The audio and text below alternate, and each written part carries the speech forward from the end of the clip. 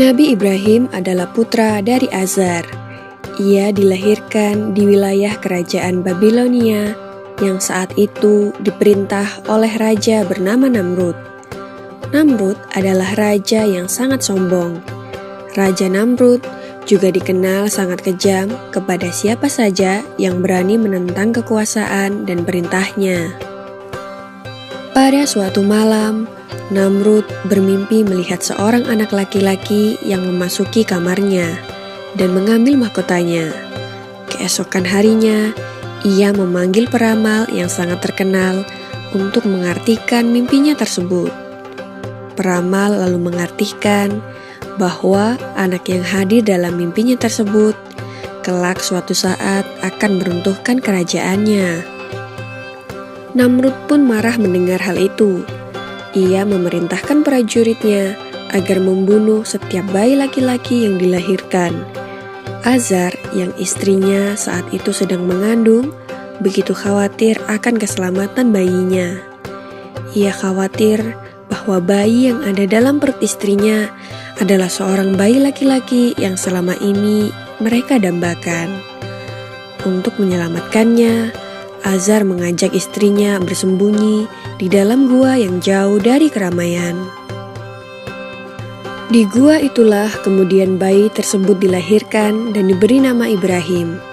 Agar tidak diketahui oleh orang lain, Azar dan istrinya dengan terpaksa meninggalkan Ibrahim yang masih bayi itu di dalam gua dan sesekali datang untuk melihat keadaannya.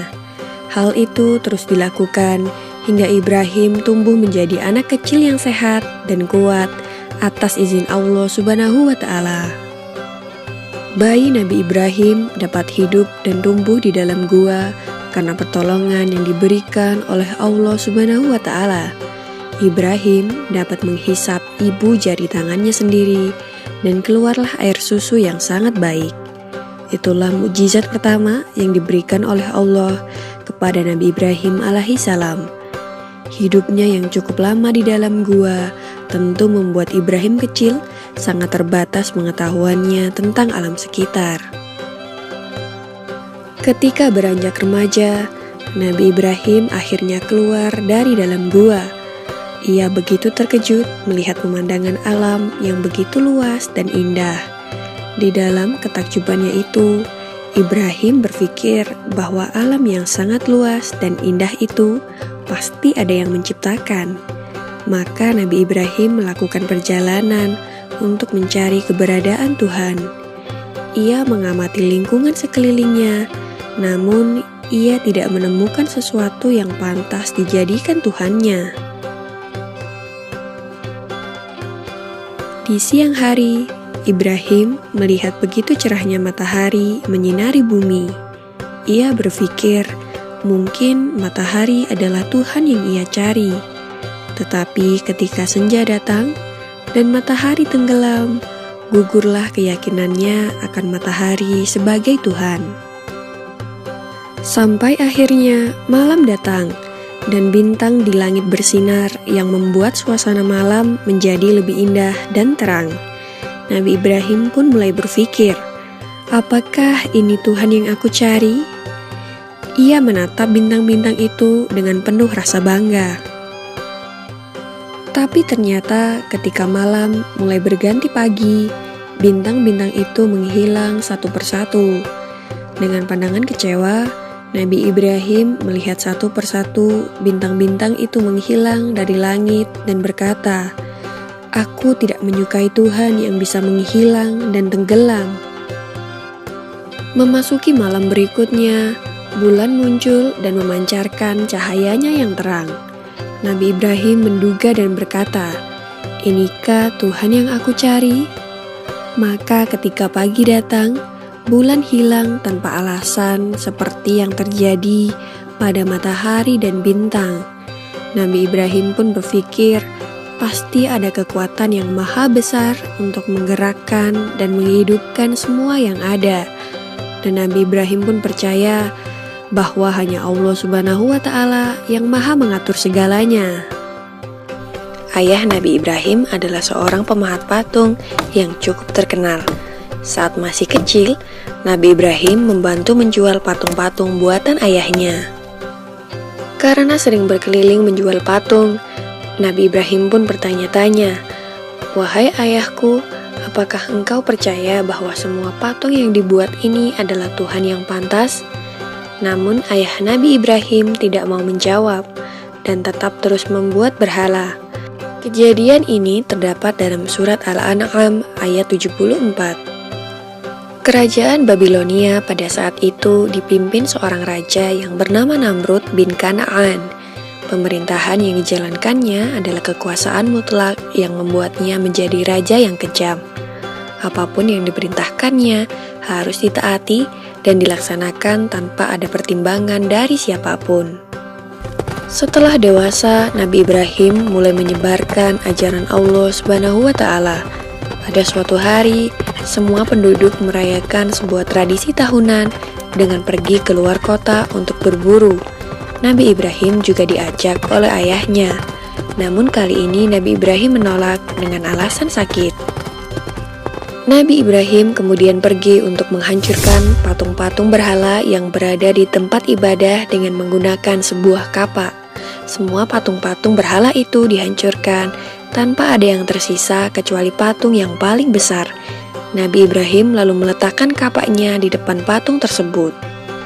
Ketika para penduduk kembali, mereka sangat terkejut melihat patung sesembahannya hancur berkeping-keping. Mereka akhirnya mencurigai seseorang yang tidak ikut dalam acara perayaan. Dipanggillah Nabi Ibrahim untuk diadili yang disaksikan oleh seluruh penduduk Babilonia. Dalam keadaan ini, Nabi Ibrahim mulai berdakwah secara terang-terangan. Dalam pengadilan itu, terjadilah percakapan antara Nabi Ibrahim dan Raja Namrud. Diawali dengan Raja Namrud yang bertanya kepada Nabi Ibrahim, "Siapakah yang menghancurkan patung-patung ini?" Nabi Ibrahim pun menjawab, "Bukan aku, patung besar itulah yang menghancurkannya." Raja Namrud dengan geram kembali berkata, "Mana mungkin patung itu bisa bergerak dan memegang sebuah kapak, sedangkan untuk berbicara saja dia tidak mampu." Disinilah kecerdikan Nabi Ibrahim dalam berdakwah. Dengan tegas beliau menjawab, "Jika engkau tahu bahwa patung itu tidak bisa bergerak, bahkan berbicara saja ia tidak mampu, mengapa kalian semua menyembahnya?" Dengan jawaban ini, maka terdiamlah seluruh masyarakat Babilonia termasuk Raja Namrud.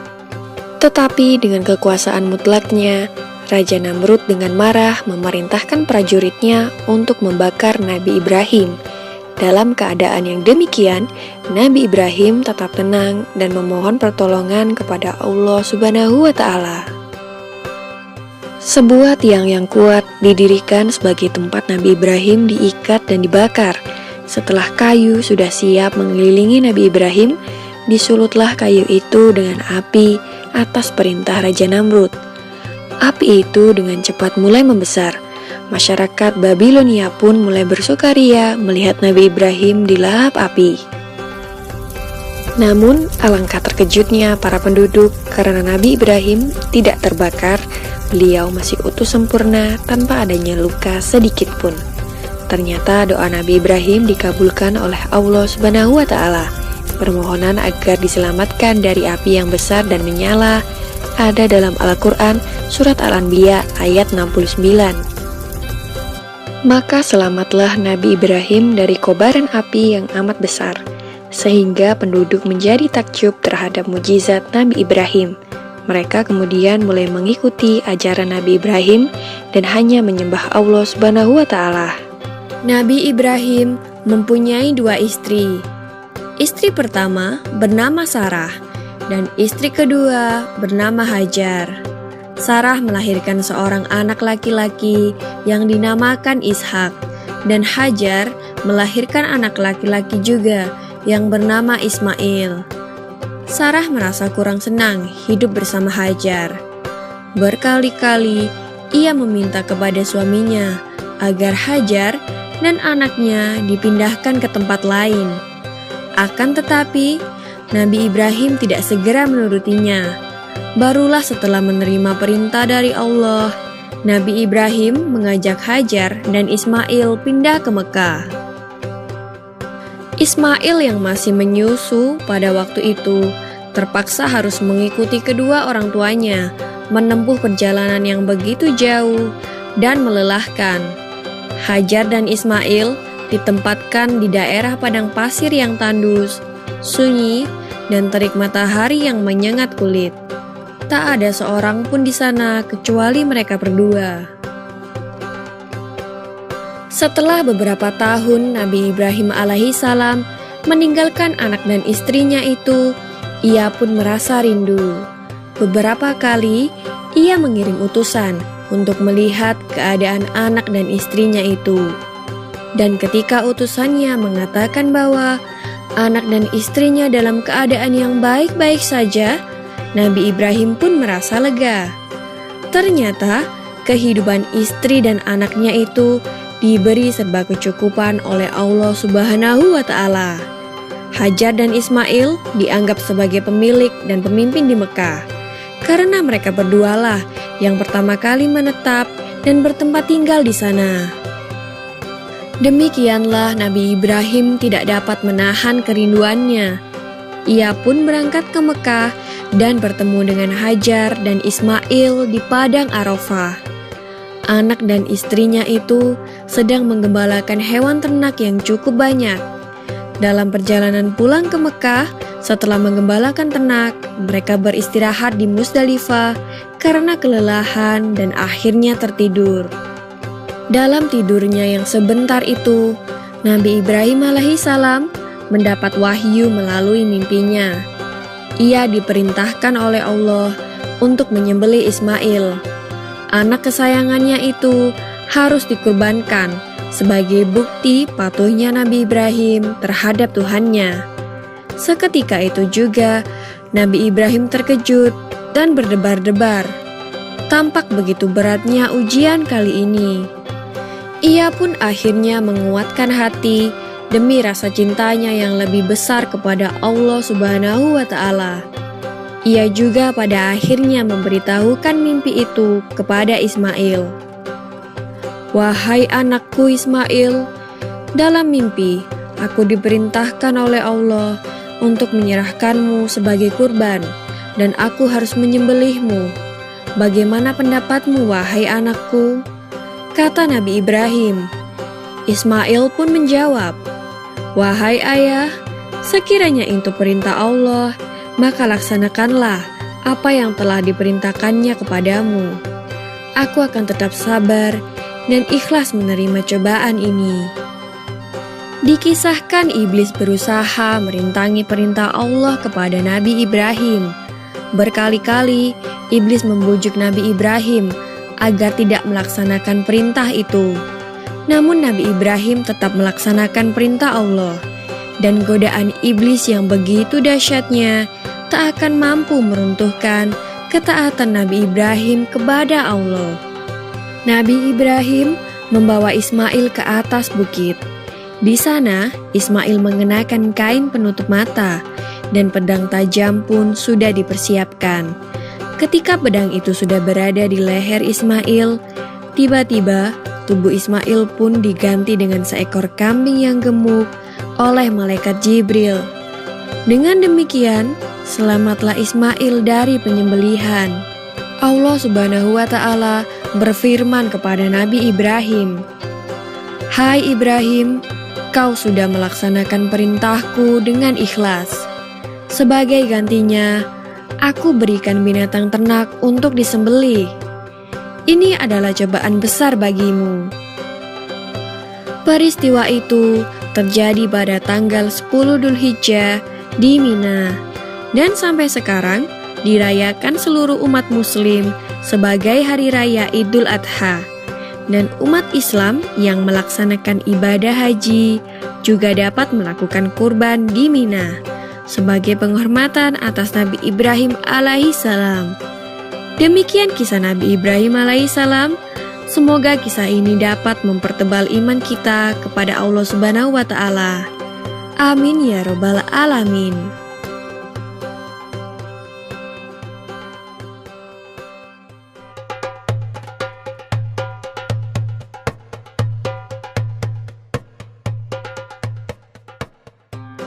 Saat berkunjung ke Mekah, Nabi Ibrahim mendapati putranya yang sedang duduk di dekat sumber mata air Zam-Zam. Setelah Nabi Ismail melihat kehadiran ayahnya, ia buru-buru berdiri dan menyambutnya dengan hangat. Kemudian Nabi Ibrahim berkata kepada putranya, "Wahai Ismail, sesungguhnya Allah memberiku suatu perintah." Nabi Ismail menjawab, "Jika demikian, lakukanlah apa yang diperintahkan oleh Allah kepadamu, wahai ayahku." Nabi Ibrahim kembali berkata, "Apakah engkau akan membantuku untuk itu?" Nabi Ismail menaati ayahnya. Ia bersama ayahnya mulai memindahkan dan menyusun batu-batu untuk membangun Ka'bah Baitullah. Nabi Ibrahim membangun Ka'bah dengan bantuan anaknya, yaitu Nabi Ismail, hingga sempurna bangunannya. Lalu datanglah malaikat Jibril membawa sebuah batu hitam dari surga yang disebut dengan Hajar Aswad. Ia memberikan batu tersebut kepada Nabi Ibrahim agar diletakkan di salah satu sudut Ka'bah. Setelah menyelesaikan pembangunan Ka'bah, Nabi Ibrahim dan Nabi Ismail berdiri dan berdoa, "Ya Allah, terimalah dari kami amalan kami. Sesungguhnya Engkaulah yang Maha Mendengar, lagi Maha Mengetahui. Ya Allah, jadikanlah kami berdua orang yang tunduk patuh kepada Engkau, dan jadikanlah di antara anak cucu kami umat yang tunduk patuh kepada Engkau, dan tunjukkanlah kepada kami cara-cara dan tempat-tempat ibadah haji kami, dan terimalah tobat kami. Sesungguhnya Engkaulah yang Maha Penerima tobat, lagi Maha Penyayang." Nabi Ibrahim dan Nabi Ismail berdoa kepada Allah untuk kesejahteraan anak cucu mereka. Selain itu, mereka juga berdoa agar Allah mengutus seorang Rasul dari keturunan mereka yang dapat menunjukkan manusia ke jalan yang lurus. Ya Allah, utuslah untuk mereka seorang Rasul dari kalangan kami, yang akan membacakan kepada mereka ayat-ayat-Mu, dan mengajarkan kepada mereka Al-Quran dan As-Sunnah, serta menyucikan mereka.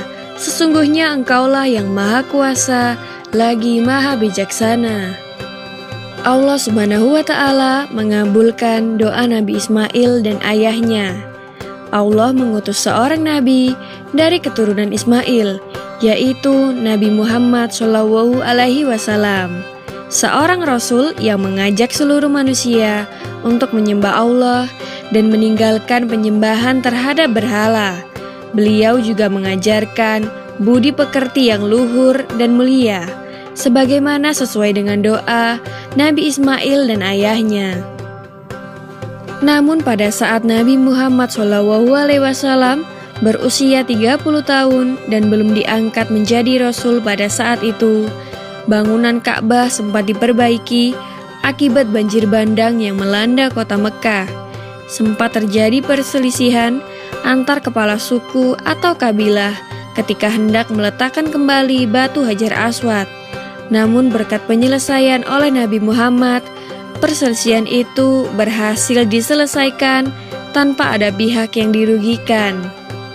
Demikianlah kisah Nabi Ibrahim alaihissalam yang membangun